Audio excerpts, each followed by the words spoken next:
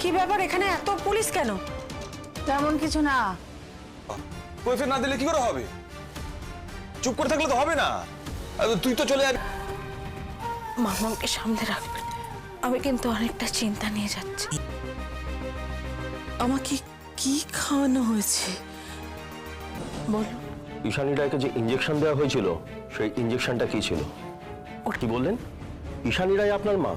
উনি তো মৌলি রায়ের মা। তাহলে আপনার মা হলেন কি করে? এখানে আপনার ইচ্ছা মতো কিছু হবে না, আর আপনার কোথাও যাওয়া হবে না। যে মায়ের ভালো,